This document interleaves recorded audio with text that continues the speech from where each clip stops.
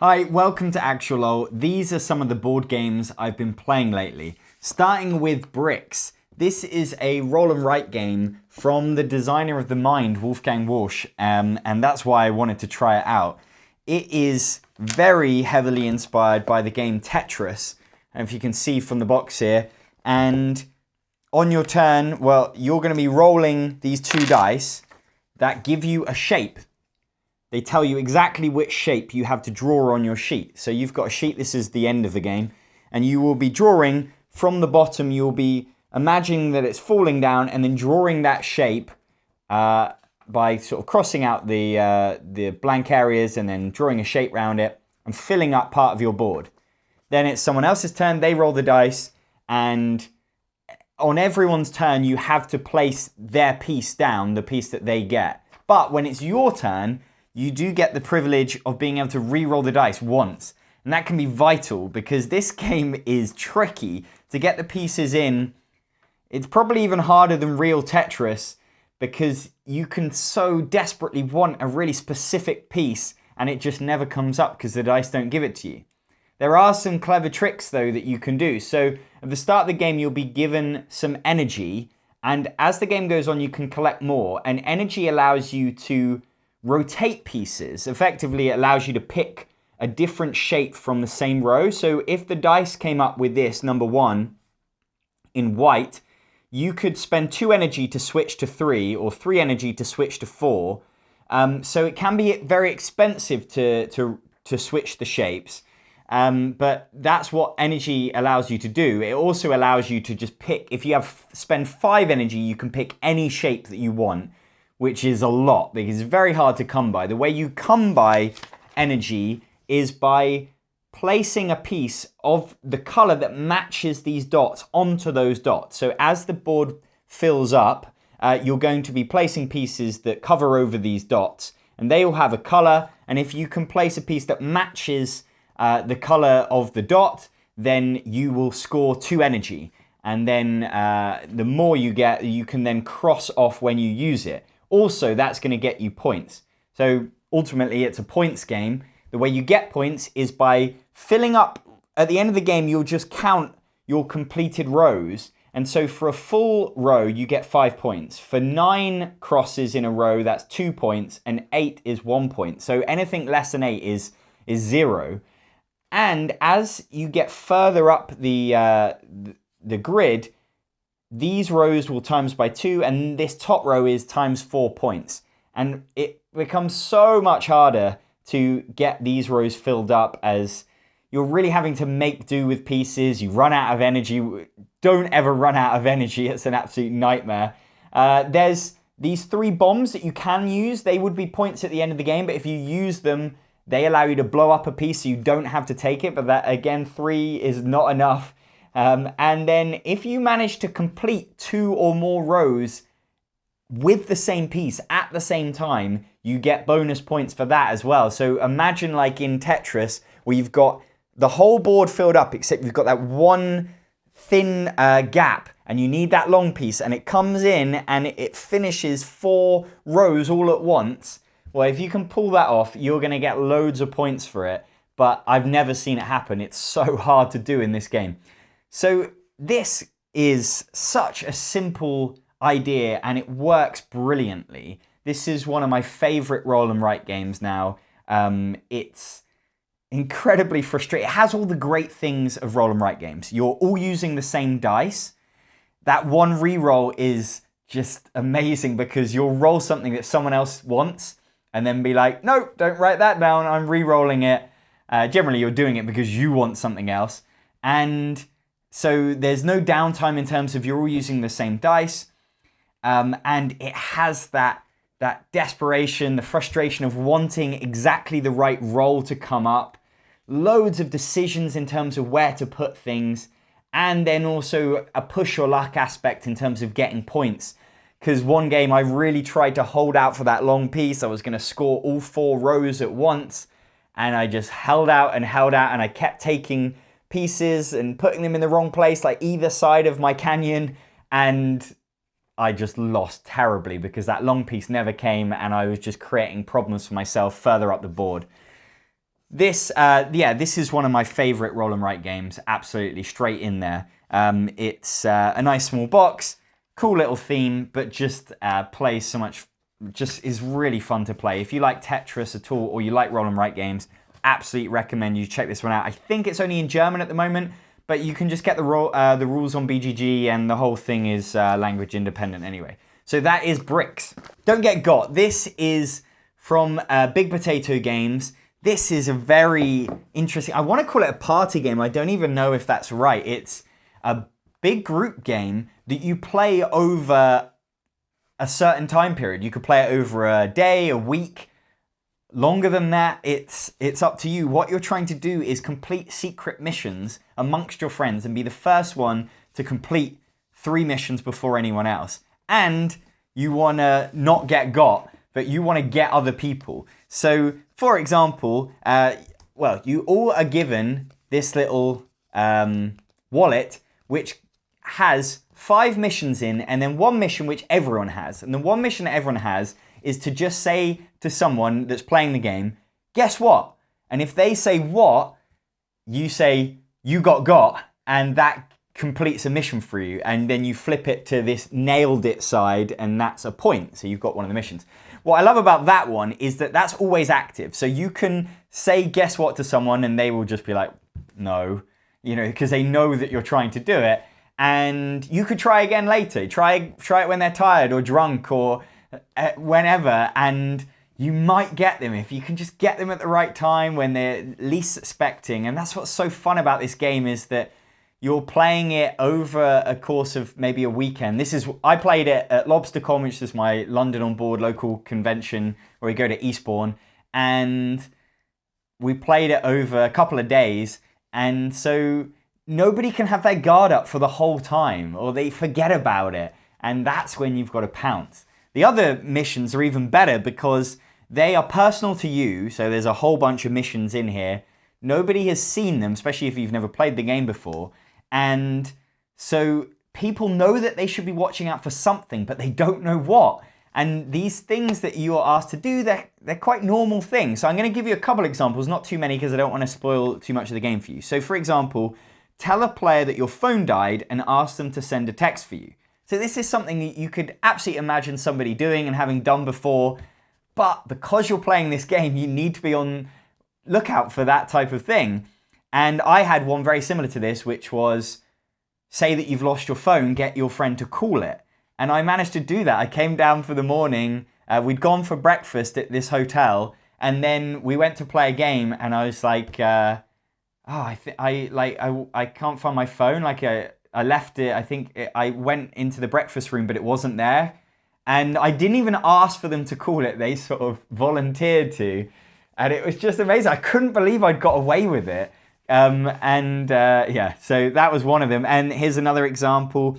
Get a player to say something in a foreign accent.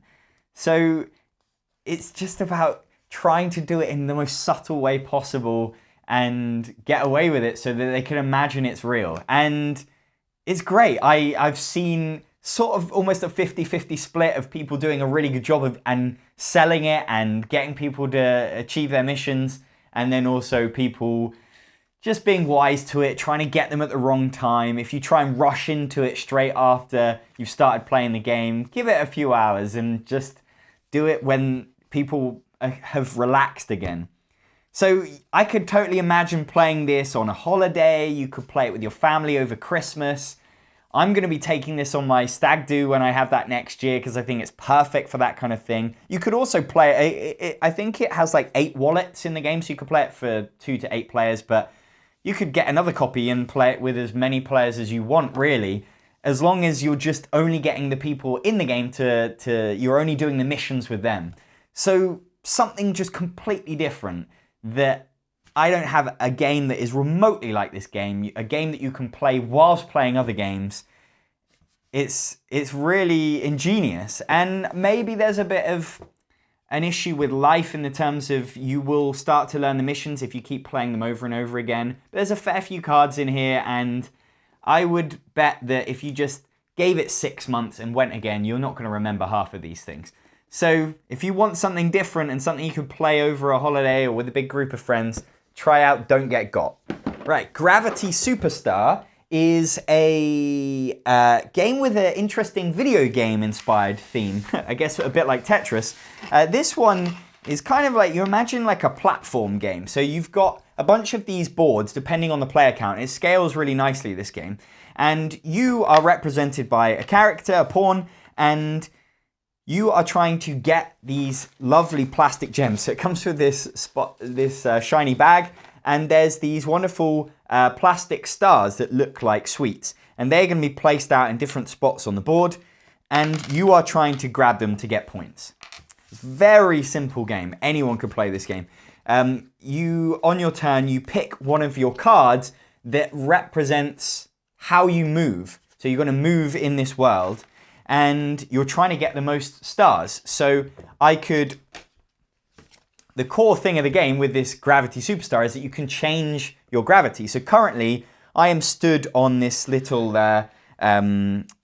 platform here, but what I can do is rotate myself in any direction, and then my gravity is changed. So if I was to change myself in this direction, I would then be shifting this way. My gravity is changed, and now I get both of these stars, and then I fall until I hit another platform. So I got 2 stars. And really, you're trying to get, these are all points. If you get 2 of the same color, then you get an extra point. So it's very simple in terms of how you get points. Once you've revealed these pink spots, these represent these replay tokens. If you ever go through them, you would pick up one of these replay tokens, and this will allow you to take another action after your turn, or you can keep it and it's worth a point. So once you've played a card, it's kind of discarded for a bit until you play through the rest of your hand. So the other things you can do is you can drop through a platform. So if you're standing on something and you really want to go below it, then you can do that. You can jump up and to the right, which allows you to kind of float upwards and then sort of jump round something. And you can also jump to the left or to the right. And then there's one card which allows you to do any of the actions. It's like a wild. So very simple in terms of what you're doing. And there isn't too much to think about, but there's definitely a bit of puzzle in terms of, oh, how can I best get the stars? But also, how can I set myself up for future turns? There's a very small bit of interaction where if you bump into another player, you can steal a star from them. But really, the reason I'm maybe not going to keep this game myself is just that I would have liked a bit more interaction or a bit more depth. I think this would be a great family game or for kids. It says 7+ on it. I can totally imagine anyone being able to play this. And there's definitely decisions there in terms of the cards you play and how you time it and looking at this spatial puzzle that's in front of you. And it's just a really nice production, this nice video game theme with these wonderful plastic stars. So I like this game. It's just not staying in my collection, but that doesn't mean it isn't right for you. That is Gravity Superstar. Right, Gizmos. This is a game that is done very well for itself. This is from Simon and Phil Walker-Harden, who designed Sushi Go, amongst others. So very popular designer. And this comes with this very impressive marble dispenser. So the idea of the game is you're trying to get the most points. You're scientists. And I would say that the theme doesn't really come through, but it's more of a puzzle and an engine building type game. And I wouldn't worry too much about the theme not coming through. I think it's the kind of game that you can kind of appreciate for the puzzle that you're playing. So on your turn, you can do a number of different actions that are shown on this little board that you have. So it's very simple to learn, but definitely with some depth to this one. So for example, you could pick a marble, and you take a marble and you put it in your little marble storage area here. And these represent energy, and you are using them to do various things. So you're trying to collect these cards, and there'll be a big grid of cards in the center, and these cards are worth certain points, and the game ends when somebody has a whole bunch of them. When you take a card, it will go into the slot matching that action. So if I was to then do another action later on, let's say I do a pick action, and here it says if I take a yellow or a black marble, I get a random marble for free. So I take a yellow marble, oh great, I get a freebie, and I take it from here and I got another yellow. What's interesting about that is that you can start to chain these actions. So if I later on had these cards down in front of me, you're able to upgrade, so you can store more marbles and things like that. You've got converters, which allow you to change the color of marbles when you need to. This one here, when I build a new gizmo, I can pick 2 marbles, right? And of any color. So let's say I pick 2 blacks. Well, then that activates this one, which allowed me to pick up a random marble when I pick up a black. And that's the interesting thing about the game, is you can really combo together the cards that you get. You want to get cards that really link in with each other, because then every time you take an action, you're getting loads of benefits from it. And that's really where the winners and the losers of this game are going to separate themselves. The game does feel a little bit like the game Splendor in the terms of you're building this engine. Every time you take a card, it's making you better at things. It's making you more efficient at taking marbles or building things or getting points. Everything you're trying to get stronger and stronger until you kind of get to that final point of the game ending and having the most points. And so that feels like Splendor. But this one is, I think, a tiny bit more interesting because of those combos, and you really feel clever because you pulled them off. Personally, I found it to not be my type of game, and I would almost send you to my Reef review to see why, which is simply that it's quite a solitary game where you're thinking a lot on your turns about your own stuff. You're never really concerned about the other players. Because there's quite a lot to think about and plan for, there isn't much opportunity for kind of interaction or communication. It's one that I just get lost in my own thing. And for quite a lighter game with not much of a theme, that isn't really my type of game. But I could absolutely recommend it to someone who does like that kind of thinkiness. There's loads to think about here. It's got amazing production with all these marbles. And yeah, there's definitely a good game in there if it's your kind of game. So that is Gizmos. Inside, this is one I picked up at Essen. This is from Korean publisher Gemblo.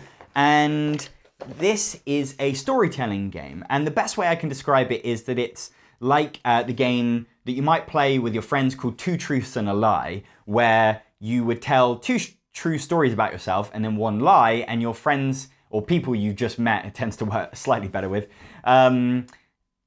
they guess which of the stories is the lie. And so you're trying to tell 3 vaguely similar stories and catch them out. And this game is a little bit like that. You don't have to tell 2 truths and 1 lie. It's up to you. But you are telling stories about yourself, or I found like you can tell stories about your family or people that you know. And you're inspired. So on your turn, when you're the storyteller, you'll draw 3 of these cards. And it's got really nice artwork in this game. And you can interpret these how you want, really. But for example, this is a woman on a red carpet with an Oscar. So I could tell you a story about how I won an award once, or how I've never won any trophies for anything, even though I played football for like 15 years as a kid. And then this one has got a girl at a zoo, and there's an elephant and a bunny. And I could talk about my bunny that ran away and got eaten by a fox, or I could talk about how I went to the zoo once and a monkey climbed on my shoulder, something like that. And so I'm telling these stories. They can be true or they can be false. What I'm trying to do is throw off the other players. So once I've told the stories, I will secretly put down whether they're true or false, and then the other players will vote on whether they are true or false. What I really love about it is that you're telling stories about yourself, so you're really creating conversation. So once you reveal, you can then tell your friends a bit more about this thing. And this story, maybe it's from your childhood, and they'll ask questions, and it really gets conversation flowing. And that's the thing I really love about this, is you also learn things about your friends. And so I think it's a game that has worked slightly better with my sort of gaming friends, people that I haven't known for as long, because I played it with my girlfriend and my oldest friend, and then one of my oldest uni friends, people I've known for like 15, 20 or more years. And knew a lot of their stories already. And it was the same with me. Like, I told some stories and they already knew them. And with my girlfriend, I knew all of her stories, and it was very hard for them to come up with stories that we didn't already know because we're really close friends. And so that is a bit of a flaw with the game, is just that depending on who you play it with, they might know so much about you that it's so hard for you to come up with a story that they don't already know about. And then the other thing is simply that just people have a hard time coming up with stories. So depending on who you play it with, some people are going to really freeze. They get AP because they really want to come up with a good lie, or they want to come up with a story that really fits the card. And there's just maybe a bit of downtime whilst you're waiting for certain players to come up with stories. So I think that I had a lot of fun playing this game, lots of laughter, learning about friends, conversations, but I can't see loads of longevity with it because there would be certain friends I wouldn't be able to play it with. I couldn't really play it with my family who know like everything about me. The other thing is simply that it's just a massive box for what is a party game and a few decks of cards. So I actually might have kept this one if it was sort of a quarter of the size, a deck of cards. But because it's such a big box and because I can't see it always getting played, I won't be holding on to it, but you might want to check out inside. It's got lovely artwork and it's definitely really great for ice-breaking situations. So if you were playing at some game group or in a situation where you needed to break the ice and get to know people, it's really good for that. That's inside. Sunset Over Water. This is a game that was came out a while, well, earlier in the year, that is. And this is from Pencil First. And they did a game called Herbaceous, which I really liked. And they're kind of specializing in filler games. Well, I wouldn't even say filler, but sort of lighter games that are a bit different with amazing artwork and in a nice small box. And I can definitely get on board with all of those things. Herbaceous was kind of a push your luck game that I liked.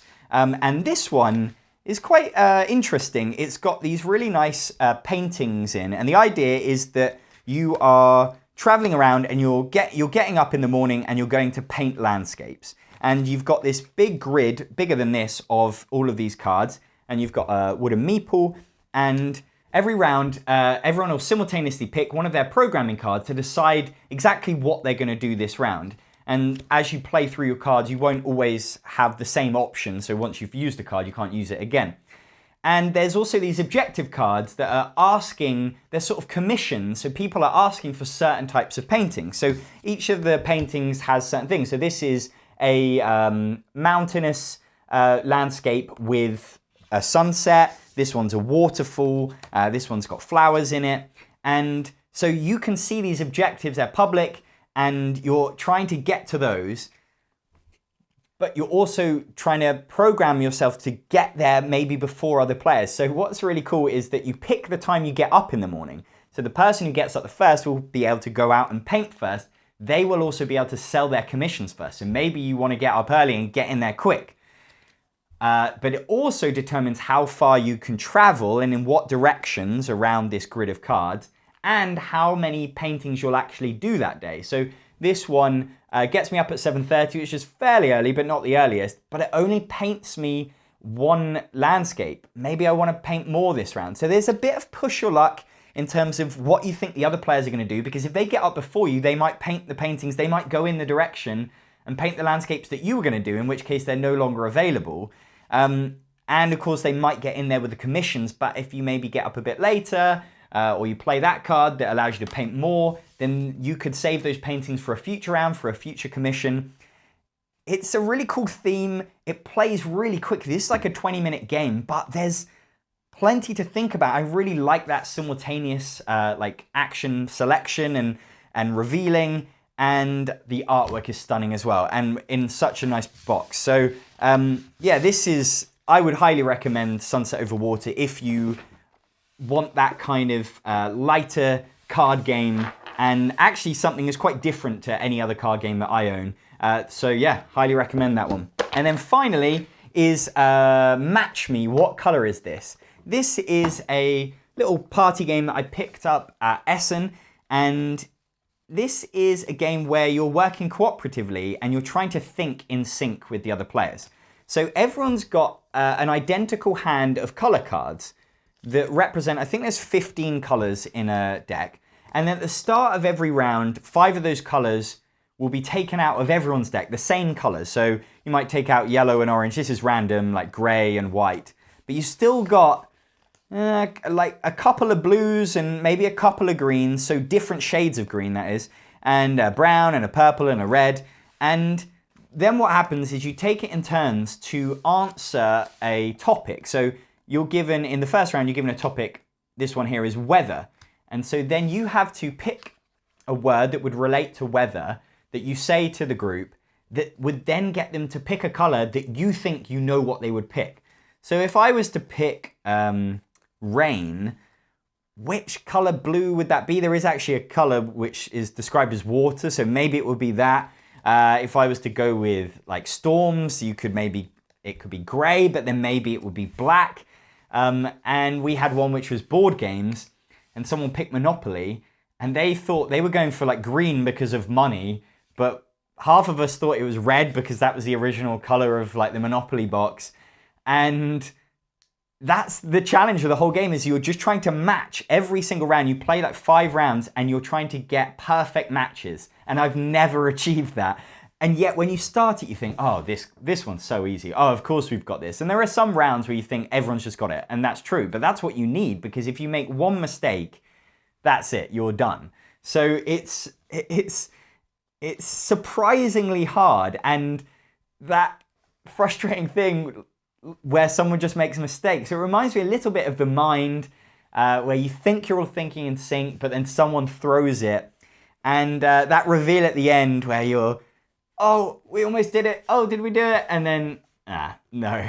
It creates some discussion about which color is right for something and why you think this. And what can really screw us up is if you make a mistake early on, you play a color and everyone else played a different one, then you don't have that color anymore in your hand. So then when somebody else says something, they think it's guaranteed a brown, but you already played brown, and then you realize already that there's a problem there. So this one is different and a real challenge, a nice little cooperative card game. I don't know if I will keep wanting to play it if it has loads of longevity, but I think if you like co-op card games, you want something a bit different, and something where you've got to think in sync with your players. I think it's a cool little twist for a card game, and that is Match Me. So those are the board games that I've been playing lately. I'll put links to where you can buy them in the description below. I'm Jon Purkis, thanks for watching.